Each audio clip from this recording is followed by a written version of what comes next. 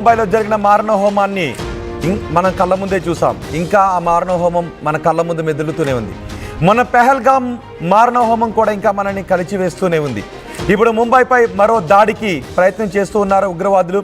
ఇప్పటికే పాకిస్తాన్ సగం చచ్చిన పాము మరోసారి భారతదేశంపై విషం కక్కాలి అని తన ఉగ్రవాదులను ఉసుగొలుపుతుందా? ఈరోజు 2 కీలకమైన ఘటనలు చోటు చేసుకున్నాయి. ముంబై ఎయిర్పోర్ట్ పోలీసులకు అఫీషియల్ మెయిల్కు ఒక మెయిల్ వచ్చింది. ముంబైలోని ఛత్రపతి శివాజీ ఎయిర్పోర్ట్ను పేల్చేస్తాము అని, అలాగే తాజ్మహల్ ప్యాలెస్ హోటల్ను కూడా పేల్చేస్తాము అంటూ ముంబై పోలీసులకు ఒక మెయిల్ వచ్చింది. ఇప్పుడు మీరు ఆర్టీవీ స్క్రీన్ పైన చూస్తున్నారుగా, ఈ హోటల్ను చూస్తుంటే 2008 నాటి మారణ హోమ ఘటన ఇంకా మన కళ్ళ ముందు మెదులుతూనే ఉంది కదా. 2008లో మారణ హోమం ఇంకా మన కళ్ళ ముందు కనిపిస్తూనే ఉంది. పెహల్గాం దాడి మనల్ని ఎప్పటికీ మర్చిపోనివ్వదు.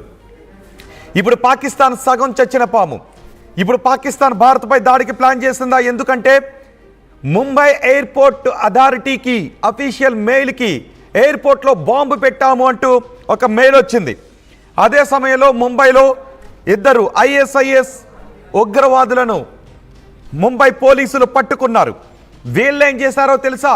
2023లో పూణేలో బాంబులు తయారు చేస్తూ ఉండగా పోలీసులు 8 మందిని అరెస్ట్ చేశారు. అందులో 2 తప్పించుకొని ఇండోనేషియాకి పారిపోయారు.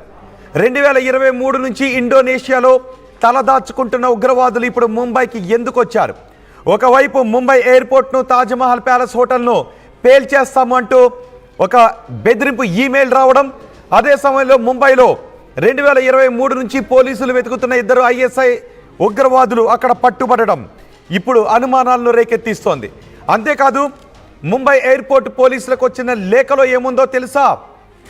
అఫ్జల్ గురు ఉరితీతకు మనం ప్రతీకారం తీర్చుకోవాలి అంటూ అందులో రాశారు. అఫ్జల్ గురు ఉరి తీసిన ఘటనకు, అఫ్జల్ గురు ఎవడో తెలుసా? గుర్తుందిగా, 2001లో మన పార్లమెంటుపై దాడి చేసినటువంటి వ్యక్తి. మన పార్లమెంటుపై దాడి చేసి అప్పుడు ఆ కాల్పుల్లో సుమారు 9-10 మంది వరకు చనిపోయారు, 15 మంది వరకు గాయపడ్డారు. ఈ అఫ్జల్ గురుని ఇప్పుడు మీరు ఈ ఆర్టీవీ స్క్రీన్ పైన చూస్తున్న ఈ వ్యక్తి అఫ్జల్ గురు. 2013లో మనం ఉరి తీసి చంపేశాం ఈ అఫ్జల్ గురుని.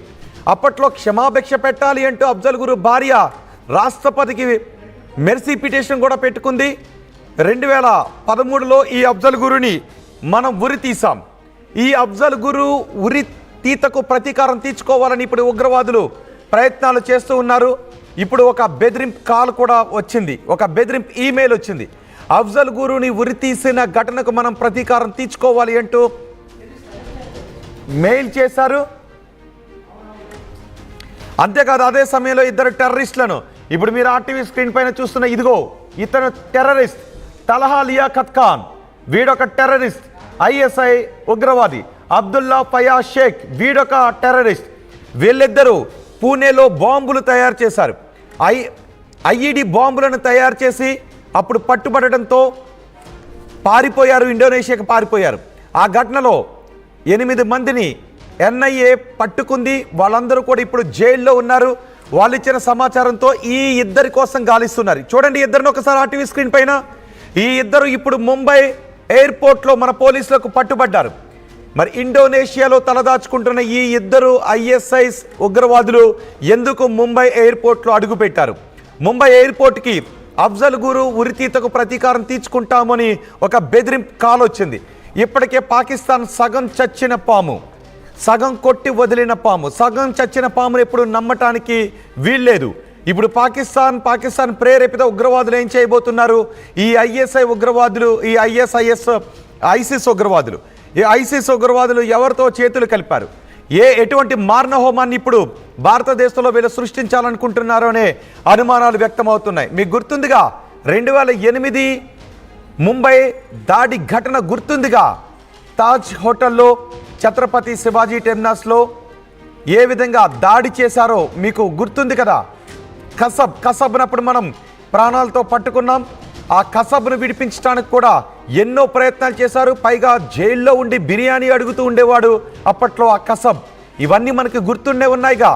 ఇప్పుడు మరి వీళ్ళిద్దరూ ఎందుకు వచ్చారు?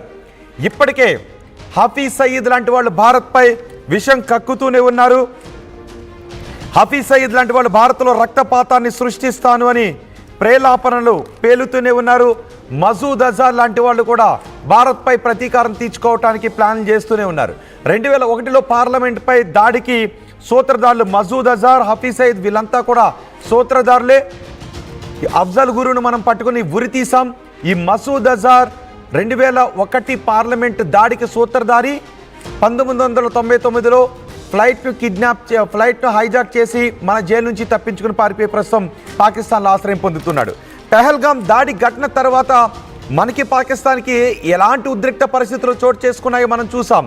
మరి ఇప్పుడు మీరు ఆర్టీవీ స్క్రీన్ పైన చూస్తున్న ఈ ఉగ్రవాదులు ఎందుకు ఇండోనేషియా నుంచి ఈ సమయంలో ముంబైకి వచ్చారు? అదే సమయంలో ముంబై ఎయిర్పోర్ట్కి బెదిరింపు కాల్ వచ్చింది. మరి వీళ్ళు ఎటువంటి ప్లాన్ చేశారు? ఇప్పుడు భారతదేశంలో ఎటువంటి టెర్రర్ అటాక్స్కి దాడి ప్లాన్ చేశారు అనే విషయంపై ఆందోళన వ్యక్తం అవుతుంది. ఈ ఇద్దరిని కూడా పోలీసులు పట్టుకున్నారు, ఇద్దరిని అదుపులోకి తీసుకున్నారు. వీళ్ళిద్దరైనా ఇంకెవరైనా వచ్చారా? వీళ్ళిద్దరూ పట్టుబడి మిగిలిన వ్యక్తులు తప్పించుకుని తిరిగే విధంగా ఏదైనా టాపిక్ని డైవర్ట్ చేస్తూ ఉన్నారా? వీళ్ళిద్దరి కోసం పోలీసులు వెతుకుతూ ఉన్నారు కాబట్టి వీళ్ళిద్దరిని పట్టుకున్నామనే విషయంపై కాన్సన్ట్రేషన్ చేస్తూ ఉంటుంటారు. వీళ్ళతో పాటు ఉన్న మిగిలిన సీపర్ సెల్స్ ఈ సమయంలో యాక్టివేట్ అయ్యే అవకాశం ఏమన్నా ఉందా అనే చర్చ కూడా జరుగుతుంది. ముంబై ఛత్రపతి శివాజీ మహారాజ్ ఎయిర్పోర్ట్లో ఈ ఇద్దరు టెర్రరిస్టులను కొద్దిసేపటి క్రితమే పట్టుకున్నారు.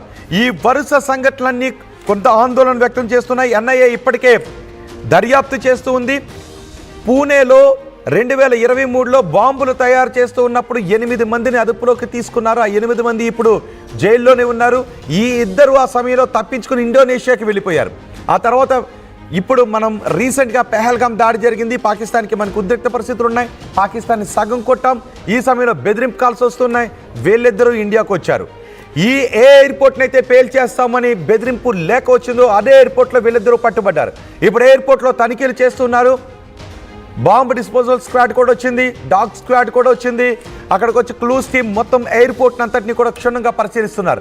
అదే సమయంలో ఈ ఇద్దరు ఉగ్రవాదులు కూడా మనం 2 ఏళ్ల నుంచి వెతుకుతున్న ఈ ఇద్దరు ఉగ్రవాదులు కూడా ఐసిస్ ఉగ్రవాదులు పట్టుబడ్డారు. సో ఏం జరగబోతోంది? సగం చర్చన ఈ పాకిస్తాన్ భారత్పై మరో ఎటువంటి మారణ హోమానికి ప్లాన్ చేసిందనే విషయంపై ఇప్పుడు ఆందోళన వ్యక్తమవుతుంది. మా ప్రతినిధి మధు ఉన్నారు పూర్తి సమాచారం అందించడానికి. మా ప్రతినిధి రామ్దాస్తో మాట్లాడదాం. రామ్దాస్ కూడా మనకు అందుబాటులో ఉన్నారు. రామ్దాస్, ఈ వరుస ఘటనలను ఎలా చూడాలి? పెహల్గాం దాడి తర్వాత పాకిస్తాన్ ఇప్పుడు సగం చచ్చిన పాము. పూర్తిగా కొట్టాలి అనుకున్న సమయంలో అమెరికా దౌత్యం నెరిపి పాకిస్తాన్ని సేవ్ చేసే ప్రయత్నం చేసింది. ఇప్పుడు పాకిస్తాన్ సగం చచ్చిన పాము. అదే సమయంలో ఎయిర్పోర్ట్ను లేపేస్తాము, ఎయిర్పోర్ట్ను పేల్చేస్తామంటూ ఒక లేఖ రావడం, ఎయిర్పోర్ట్లో ఇద్దరు ఉగ్రవాదులు పట్టుబడడం. వీళ్ళిద్దరూ కూడా పూణేలో బాంబులు తయారు చేస్తూ ఉన్న సమయంలో ఎన్ఐఏ నుంచి తప్పించుకుని పారిపోయి ఇండోనేషియాలో తలదాచుకున్న వీళ్ళిద్దరూ ఇప్పుడు ముంబై రావడం, ఇక్కడ దొరకడం. ఏంటి ఘటనలన్నింటినీ ఎలా చూడాలి? ఏం జరగబోతుంది అనుకోవాలి? ఇప్పుడు భారత్